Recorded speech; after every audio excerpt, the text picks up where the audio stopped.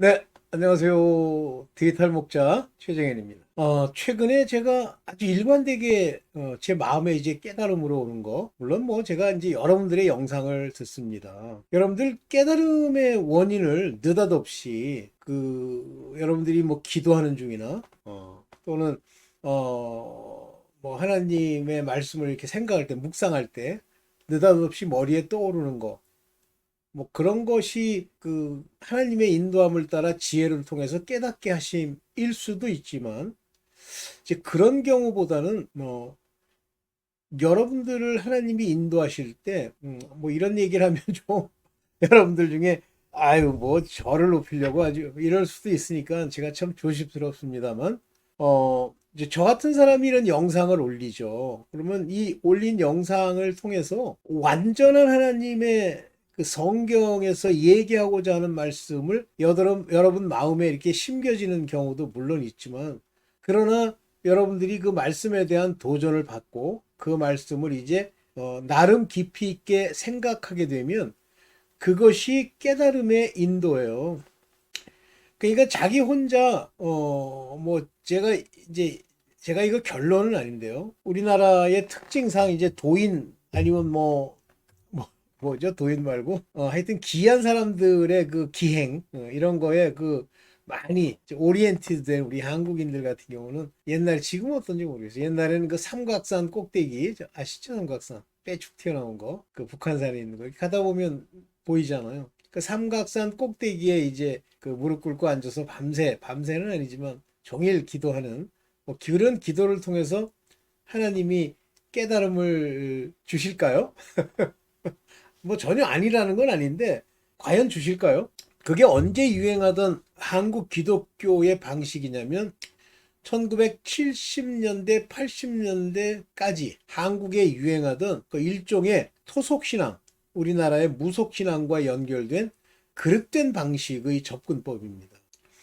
먼저 하나님은 깨달음을 주실 때 말씀, 글을 통해서 깨닫게 하세요. 그런데 하나님의 성경 안에 있는 글들의 특징은 비유로 되어 있고 시제가 있고 시제, 언제 그랬다 하는 시제가 있고, 그 다음에 수학적으로 얘기하면 포함관계가 있습니다. 포함관계란 말이 안 맞나?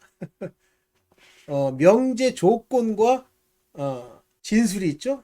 조건과 진술 사이에 이제 명제가 성립하죠. 뭐뭐 하면 뭐뭐 한다. 거꾸로는 성립하지 않죠. 나는 우리 아버지의 아들이다.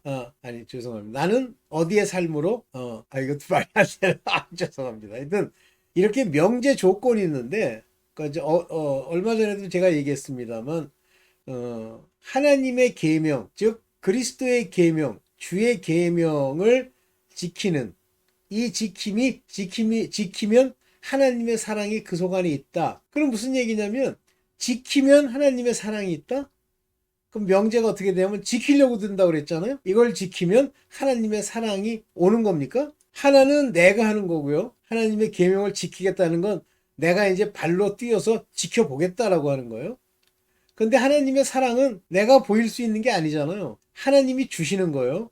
그러면 행위와 은혜 이 둘 관계에 있어서 이런 명제 조건, 여기 앞에 나와 있는 것처럼 명제 조건, 계명을 지키면 사랑이 있다. 이렇게 하나님의 말씀이 비유와 하나님의 뜻에 반대로 돼 있어요. 그래서 누구를 위해서 그 글이 쓰여졌냐면 율법에 속한 자들이 보면 딱 율법식으로 행하는 그런 식으로 하나님의 말씀들이 다 적혀 있어요. 굉장히 대부분 그렇습니다. 여러분들 제가 제목으로 쓴 게 대부분의 교인은, 그러면 대부분의 교인들이 성경을 읽죠. 읽고 성경 안에 있는 명제가 있어요. 이런 조건이면 이렇다라고 하는 명제가 있죠. 이 명제를 내가 하려고 합니다. 이 조건을 내가 만족시키려고 해요. 그러고선 내가 그걸 만족시켰다고 자기 스스로가 판단하면 명제의 결론 부분을 자기가 얻었다고 생각하는 거예요. 아까 그 얘기랑 똑같은 얘기입니다. 아니에요. 실제 하나님의 뜻은 뭐냐면 하나님의 사랑이 내 안에 있으면 이게 first예요. 하나님의 말씀 계명을 네가 지켜 행한다 이렇게 되는 겁니다. 말씀에 순종하는 거 이해되시죠? 이게 바로 많은 이들 한 말씀을 주실 때 그 청중 대상자가 율법에 속한 자들에게 먼저 줍니다. 그런 방식으로 표현을 먼저 합니다. 그게 인간이기 때문에 그래요. 먼저 전제. 이 세상에 있는 모든 교인, 모든 기독교의 성경을 읽는다는 사람들, 무슨 유명하다는 설교가들 전부가요. 율법 아래에 있는 죄 아래 갇혀진 사람들이 이해하고 주장하는 바예요. 그런데 실제 성경을 오늘 얘기가 좀 되겠습니다만, 하나님의 뜻은 이런 율법이 말하고 있는 뭐뭐를 행하면 어떠한 조건을 지키면 이러이러하겠다라고 하는 그와 같은 걸 페이지라는 말이 좀 웃기는데, 그 자체에 의지하지 않고 무엇으로 의지하려고 넘어가야 되냐면 하나님의 복음. 이 복음은 우리에게 믿음을 주시는 거예요. 내가 믿는 게 아닙니다. 율법에 속하면 내가 믿으려고 드려요. 내가 믿어야지. 그러면 이 믿음이라고 하는 단어가 가지고 있는 단어의 뜻을 내가 표현해내고 행하면 믿는다고 생각해요. 그러나 믿음이라고 하는 것은 형이 상학적 가치이기 때문에 내가 믿는다 그래도 그 믿음의 질과 정도와 내용과 그 숙성도가 다르듯이 많은 사람들은 다 자기 수준에 맞는 믿음이라고 하는 생각, 형이상학적 사고를 다 다르게 받아들여요. 그러나 하나님이 원하시는 건 뭐냐면, 하나님이 약속하신 건 뭐냐면 복음을 믿음으로, 그 믿음은 성령으로 믿게 되는 그 믿음을 받은 이런 사람들에게 사랑을 주시고 이 사랑이 그의 의가 되는 이런 과정을 거치기 때문에 실질적 주체는 누구냐면 내가 아니에요. 나라고 하는 것, 내가 읽은 것, 내가 교육받은 것, 내가 이해하는 성경, 나와 비슷한 어떤 목사나 설교자가 했던 이야기를 듣고 내가 100% 이해가 되잖아요. 이게 이해가 된단 말이에요. 그러면 율법에 속한 자입니다. 즉 의문, 글에 쓴 것. 그러면 이 의문에 속한, 율법에 속한 자의 특징이 뭐냐면 항상 저주를 하게 돼 있어요. 저주의 직분이라고 돼 있습니다. 그래서 모세를 뭐라고 부르냐면 여호와의 종 모세도 하면서 정죄의 직분이라고 써요. 정죄의 직분도 영광이 있었거든 그래요. 그러니까 율법에 속하면 율법은 정죄하는 데 쓴다. 그러면 정죄라는 단어를 쓰니까 나쁜 것 같이 보이지만 그게 정상이에요. 왜냐하면 내가 알고 있는 그 율법이 내게 지적하는 죄 문제를 내가 본질적으로 죄를 미워하려면 반드시 내 자신에게도 그렇고 타인에게도 그렇고 세상을 향해서도 그렇고 전부 어떻게 해야 돼요? 정죄를 해야죠.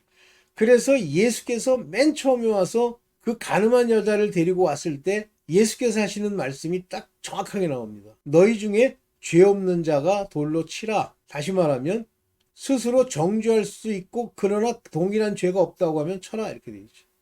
그리고 예수께서 다 그들이 떠난 이후에 뭐라고 그러시냐면 나도 너를 정죄하지 아니하노니. 예수께서는 정죄의 직분이 아니에요. 무슨 직분이죠? 사랑의 직분입니다.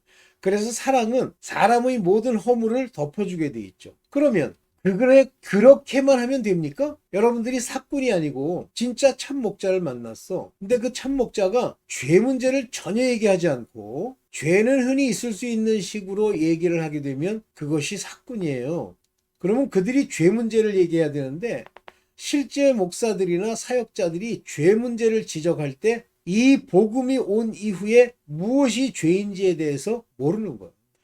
그걸 모르기 때문에 똑같이 정죄의 직분, 바로 율법에 속한 자 같이 지적을 하는 거예요. 왜 주일에 안 나왔어요? 라든가. 왜 그런 일로 서로 다툽니까? 라든가. 이렇게 지적을 하는 거죠. 하지 말라는 얘기가 아니에요. 이러한 죄들은 지금 말한 이런 죄들은 정죄받을 그러한 죄들은 본질적으로 죄가 맞는데 그것은 육신의 죄예요. 육신에 속한 죄입니다. 이해되시겠어요? 내가 육체에 속하여 율법 아래 갇혔도다 하는 육신에 속한 죄예요. 그래서 율법은 이 육신에 속한 이 죄를 정죄하게끔 돼 있는 거예요. 그래서 가장 기본적으로 해야 되는 게 회개의 세례, 물세례 이겁니다. 이 세례. 즉 입으로 회개하는 육체의 더러운 행실에 대한 회개가 1차 있는 거예요. 그러나 그 회개로 죄가 없어지느냐? 안 없어집니다. 그래서 뭐라고까지 얘기를 하시냐면 예수께서 이 세상에 있는 제사장들이 드린 그 성소에 가서 네가 드린 그 제사, 율법의 제사로는 능히 죄를 없이 하지 못하나니 그랬어요.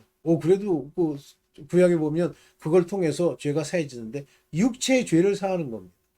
그래서 육체에 속한 사람들, 육체에 속한 사람이 육체의 언약, 약속을 따라 난 사람들, 즉 율법도 언약이죠. 그 언약을 따라 난 사람들은 육체 가운데 사는 거고, 그 사람들은 율법 아래, 저주 아래 갇혀 있는 거예요.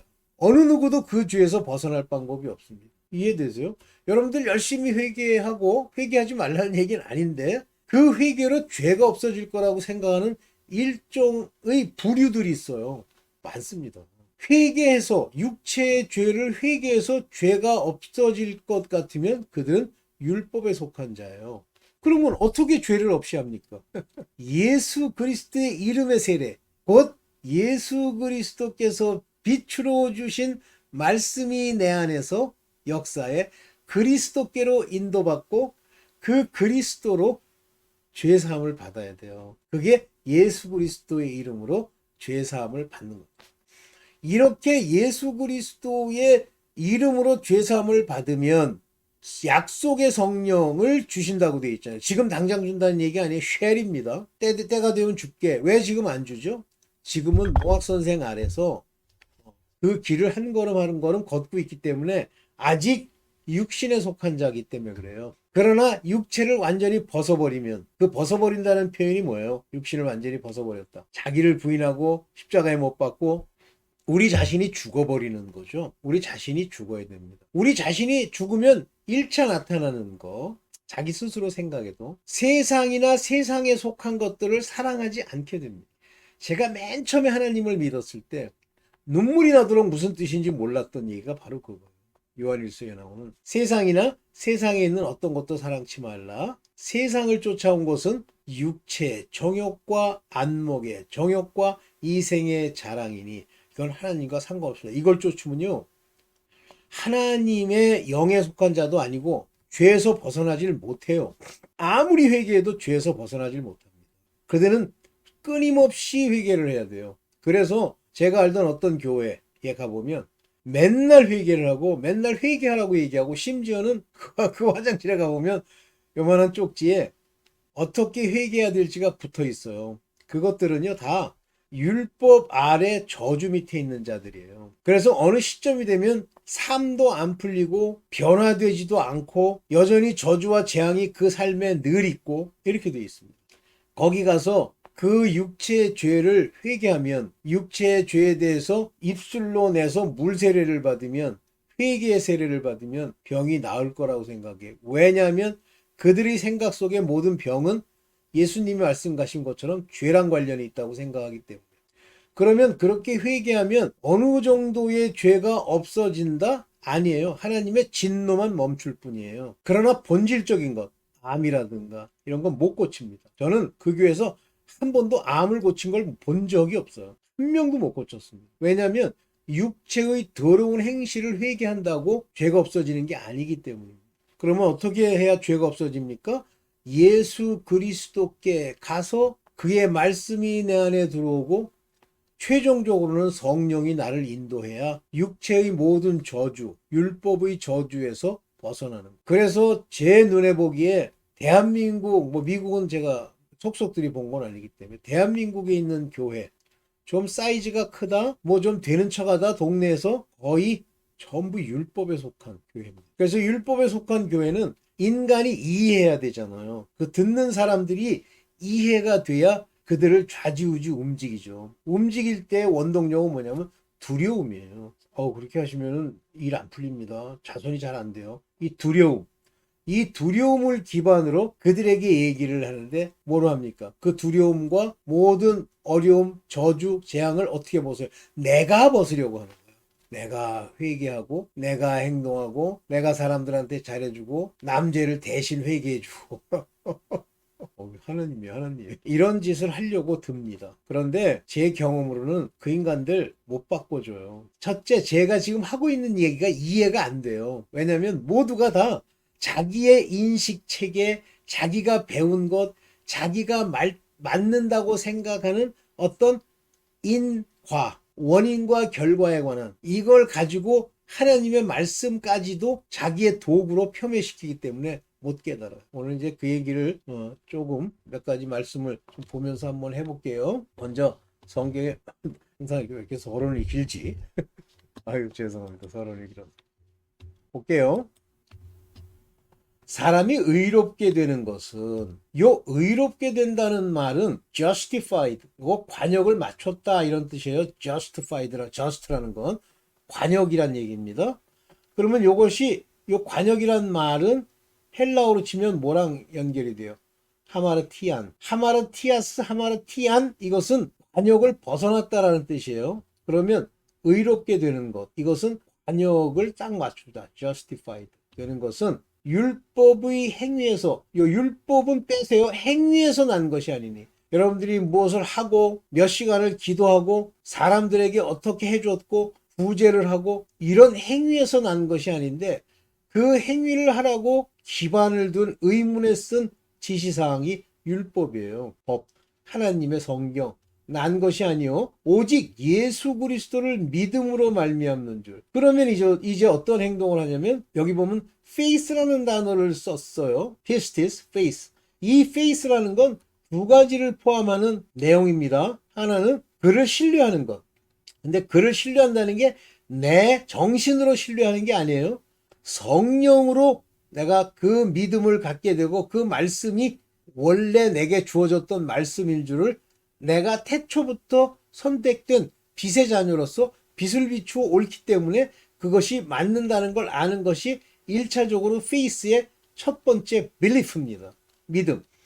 두 번째 faith는 뭐냐면 그의 계명을 지키는 행위예요. 하나님이 무엇으로 말하든지 순종하는 행위를 말합니다. 그래서 여기 말하는 그리스도를 믿음으로라는 얘기가 faith입니다. 즉 내가 빛의 자녀로서 빛이 비춤을 받아야 아는 거예요. 그런데 오늘날 이 한국에 있는 교회만 그러나 미국에 있는 교회도 그러나 제일 문제가 되는 단어가 뭐냐면 믿으시기 바랍니다. I hope you believe. 네가 이것을 믿기를 내가 희망한다. 믿으시기 바랍니다. 내가 머리를 쓰고 내가 노력하고 내 지식을 다 사용하고 해도 그건 믿음이 아니에요. 믿음은 어떻게 됩니까? 은혜로 선물로 주어지는 거예요. 그 믿음으로 말미암는 즉 그로 인한 through 그를 통한 것인 줄을 아는 거로 여기 또 안다고 돼 있습니다. 안다고. 여기 보면 이 knowing이라는 단어를 쓴 것이 그건데요. 안다, knowing. 안단 말이에요. 이거 알아요? 이 믿음의 실체, 믿음의 본질, 믿음이 은혜로 어떻게 주어지는지까지 다 알아야 아는 거예요. 근데 그것도 기초에 불과하죠. 우리도 그리스도 예수를 믿나니 알기 때문에 우리도 믿는 줄을 안다는 뜻이에요. 이걸 영어로 보면 we have believed. 이미 과거에 내가 다 믿기를 맞췄어. 요거 완료형입니다. 완료는 특징이 이제 과거에 이렇게 했지만 완전히 지금 결정이 났다는 얘기예요. 믿음이 왔다는 얘기예요. 여기 믿나니 그러면 지금 현재 믿는 건 줄 알아요. 아니 오래전부터 믿어 왔었습니다. 이는 우리가 율법의 행위에서가 아니고 바로 그 하나님이 주신 그 믿음 페이스로 죄 없다함을 얻으려 합니다. 이 의롭다함은 죄가 없다함이에요. 죄로 징책을 받지 아니하는 상태를 말하고 이 의인에게는 어떠한 죄들이 그들을 죽이지 않아요. 그래서 성경에 보면 그러나 죽지 않는 죄도 있도다 할 때 죄가 예를 들면 100가지가 있는데 그중에 한 3-4가지는 안 죽고 나머지 90몇 가지는 죽는다. 그런 뜻이 아니에요. 모든 죄는 다 죽는데 단지 그 사람이 의롭다함을 얻은 자, 즉 죄인이 아닌 죄 사함을 받은 자 같으면 그 죄로 인해서 죽지 않는다는 말이에요. 그 얘기가 몇 군데에 나옵니다. 좀 이따 볼게요. 함이라. 율법의 행위로는 즉 행위에 초점을 맞추세요. 의롭다함을 얻을 육체가 없나니. 교회에서 지금 뭐 이거 해라, 저거 해라, 뭐 와서 뭐 봉사해라. 이런 것들로는 의롭다. 죄 없이 함을 받을 수 있는 육체가 없다. 그런 얘기예요. 자, 내가 이제 갈라디아서 4장 6절. 좀 이따 다시 찾아서 보도록 하겠습니다. 이렇게 지금 많은 사람들이 한국에 있는 교회가 율법의 저주 아래 있다고 생각 안 하는데 이제 그렇지 않아요. 그럼 뭐 여러분들이 이제 받아들여지면 받아들이시고 근데 자 한번 볼게요. 제가 이제 만든 자료를 한번 봅시다. 길게 못 하겠는데 잠깐만. 그러면 요거는 요 자료는 내일 하도록 하고요. 요걸 한번 보면서 요 얘기로 해서 시간이 많이 지났으니까 요 얘기를 하면서 볼게요. 자, 여기 이제 갈라디아서 5장 19절을 얘기합니다만 이제 뭐가 되면 여기 이런 게 나오죠.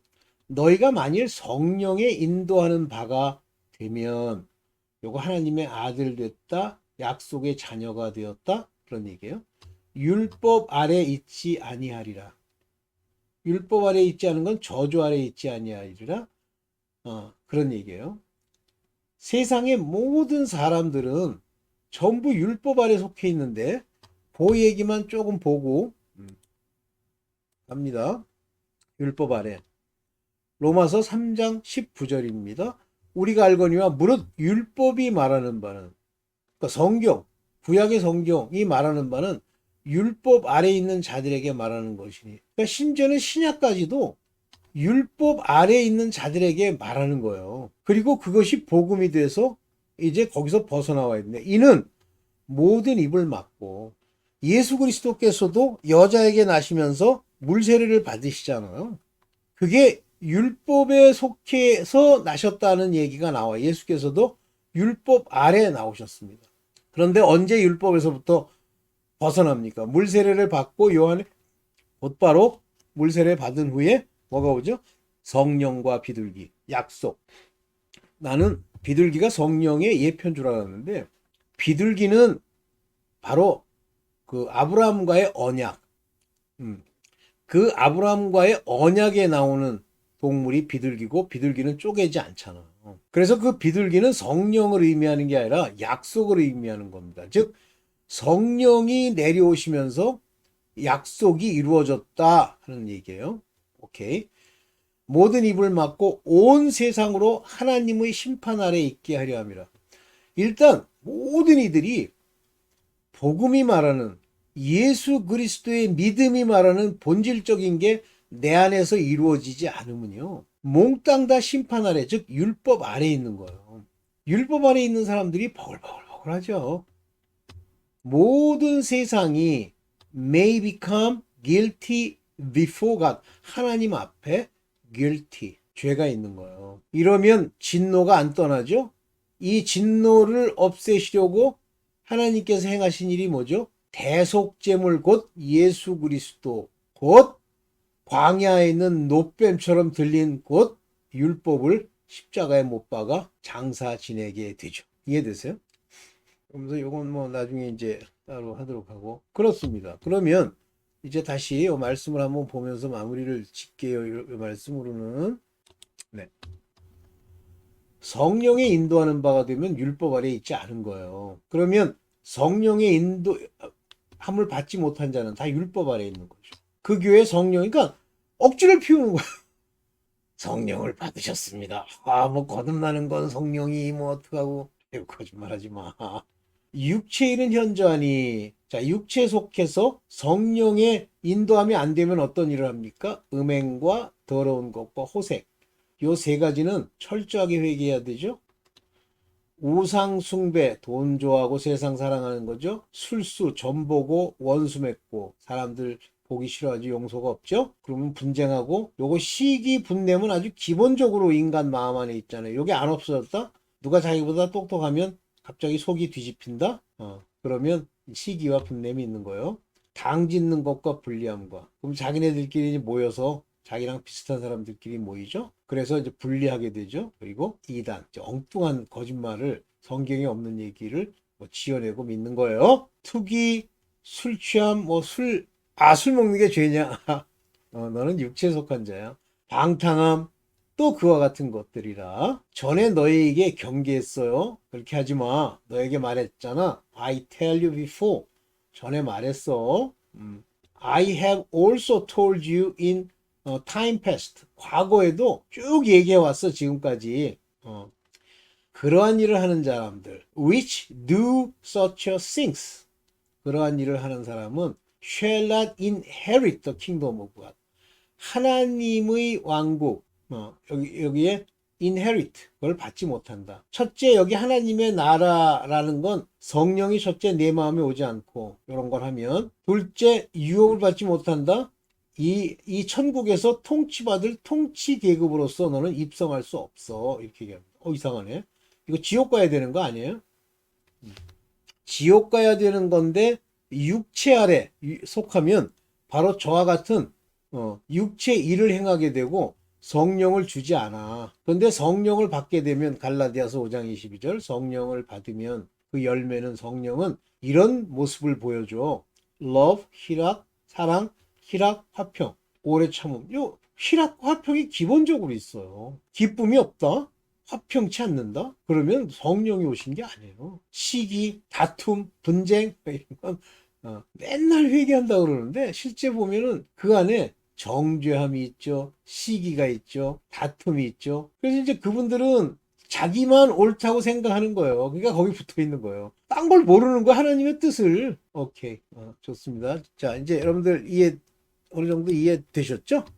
율법 아래 있게 되면, 그러니까 아까 육체를 행해도 유업을 잊지 못하지 지옥불에 떨어지진 않잖아요. 왜 그러냐면 거의 대부분이 율법 아래 있게 되고, 율법 아래 있는 사람들이 가는 길이 두 가지예요. 하나는 끝까지 하나님에게 가는 그 길을 놓지 않고 율법에 속했지만 끝까지 가면 그가 나중에 인을 받아요. 마지막 때에 인을 받습니다. 그 인이 누가 주죠? 천사가 주잖아요. 그 인을 받습니다. 그 인을 받으면 14만 4천이 시온산에 예수께서 재림하실 때 함께 있게 되는데, 그들은 순교함을 받아야 되고 예수 그리스도의 피로 의복을 빨아야 됩니다. 즉 항상 죽은 행실을 회개해야 돼요. 그러면 그렇게 죽은 행실을 회개하면 율법에 있고 저주 아래 있지만 두려워하면서 이렇게 살아오지만 그나마 14만 4천만, 그게 바로 야곱의 남은 자 10분의 1이에요. 내가 11조를 드리겠다 이렇게